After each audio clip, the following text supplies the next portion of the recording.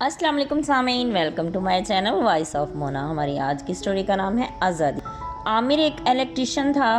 اکثر لوگ اسے اپنے گھر بلا لیتے، وہ کام کرنے جاتا کئی لوگوں سے، اسی وجہ سے اس کے گھریلو مراسم بن چکے تھے۔ اسے ایک نمبر سے کال آئی، دوسری طرف ایک عورت تھی، ان کے گھر بجلی کا ایشو تھا۔ فوراً بلایا تھا۔ عامر نے ایڈریس سمجھا اور چل دیا۔ گھر اسے آسانی سے مل گیا۔ وہ ایک بہت اچھا علاقہ تھا، گھر بھی بہت خوبصورت تھا۔ چوکیدار نے دروازہ کھولا، وہ بائک اندر ہی لے گیا۔ ایک خوبرو عورت سامنے ہی تھی۔ اس نے بتایا کہ گھر کی ساری لائٹ بند ہے۔ عامر نے کہا دیکھ لیتا ہوں۔ سارے گھر کو چیک کیا، وہ عورت ساتھ ساتھ ہی تھی، پھر وہ چلی گئی۔ عامر وائرز چیک کرتا کرتا نیچے بیسمنٹ میں چلا گیا۔ وہاں ایک روم میں داخل ہوا تو ایک لڑکی کو زنجیروں میں دیکھا۔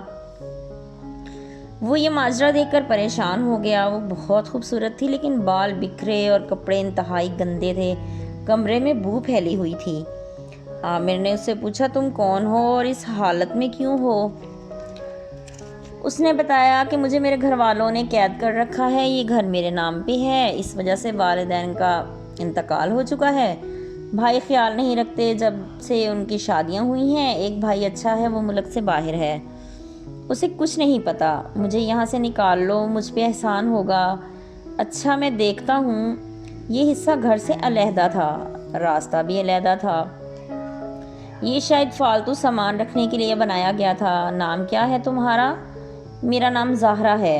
میرے والد عقیل بیگ ایک مشہور بزنس مین تھے۔ میری والدہ پرنسپل تھیں گورنمنٹ کالج میں۔ میں بھی پڑھی لکھی ہوں۔ اس گھر کے لالچ میں انہوں نے ایسا کیا۔ گھر میرے نام پہ ہے، میں نے منع کیا بھائیوں کو دینے سے تو وہ میرے خلاف ہو گئے۔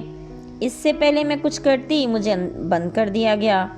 اچھا میں کرتا ہوں کچھ۔ وہ جلدی سے باہر نکل آیا۔ اسے کسی کی سیڑھیاں اترنے کی آواز آئی تھی۔ وہ باہر نکلا تو کوئی بھی نہیں تھا، اس لیے اپنا کام کرنے لگا۔ سارے گھر کی لائٹ صحیح ہو گئی۔ اس نے ان سے اجازت لی اور باقی کام دوسرے دن پہ چھوڑ دیا۔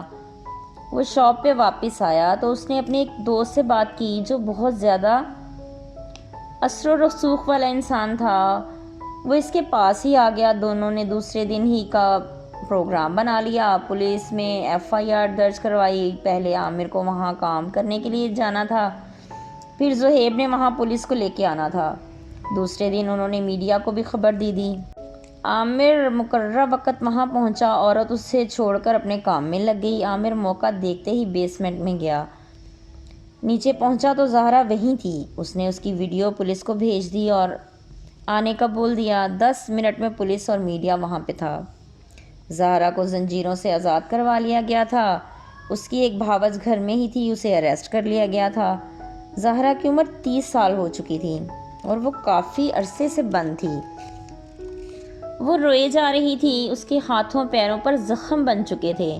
عامر اس کے ساتھ ہی تھا۔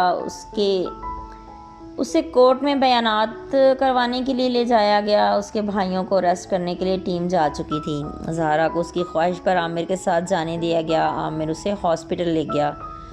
اسے ایڈمٹ کر لیا گیا تھا۔ اس کا میڈیکل بھی ہونا تھا۔ میڈیکل پولیس کی نگرانی میں ہوا اور وہ کسی طرح بھی جان نہیں چھڑا سکتے تھے۔ زہرا ہسپتال میں تھی اور کافی بہتر ہو گئی تھی۔ زہرا کو چھٹی ملی تو وہ اپنے گھر چلی گئی۔ عامر اس کی کیئر کرتا تھا۔ زہرا کو پیسے کی ضرورت نہیں تھی، ساتھ چاہیے تھا، وہ عامر تھا۔ اس کے بھائی پکڑے جا چکے تھے، جو بھائی باہر تھا اس سے بھی رابطہ ہو چکا تھا۔ وہ بھائیوں کے رویے پر پریشان تھا، میڈیا کی رپورٹنگ دیکھ چکا تھا۔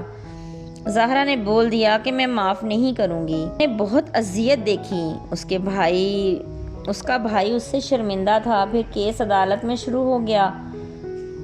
سب کو 1 سال کے اندر ہی سزا ہو گئی۔ زہرا نے گھر کے کاغذ محفوظ کر لیے تھے۔ وہ اب آزاد تھی اور اس لیے عامر کی مشکور بھی۔ عامر اب بھی اس کا خیال رکھتا تھا۔ زہرا کا بھائی واپس آ رہا تھا۔ زہرا اپنی جاب کے لیے اپلائی کر چکی تھی۔ اس نے اپنی مدر کی جگہ اپلائی کیا تھا، پھر اسے جاب بھی مل گئی۔ اس کا بھائی بھی آ گیا۔ زہرا کا دل برا ہو چکا تھا۔ وہ 1 ہفتہ رکا اور پھر چلا گیا۔ اس نے زہرا سے کہا میرے پاس آ جاؤ، لیکن اس نے منع کر دیا۔ اس نے گھر کے نوکر سارے پرانے والے واپس بلا لیے۔ وہ لوگ اچھے تھے۔ زہرا خوش تھی اب وہ بڑی مشکل سے واپس اپنی زندگی کی طرف لوٹ رہی تھی۔ اس کے اپنوں نے اس کے ساتھ دشمنی کی تھی جو وہ بھول نہیں پا رہی تھی۔ وہ عامر کی بہت عزت کرتی تھی، اس کی وجہ سے وہ آج کھلی ہوا میں سانس لے رہی تھی۔ جیتے رہیے، خوش رہیے، ملتے ہیں اگلی کہانی کے ساتھ۔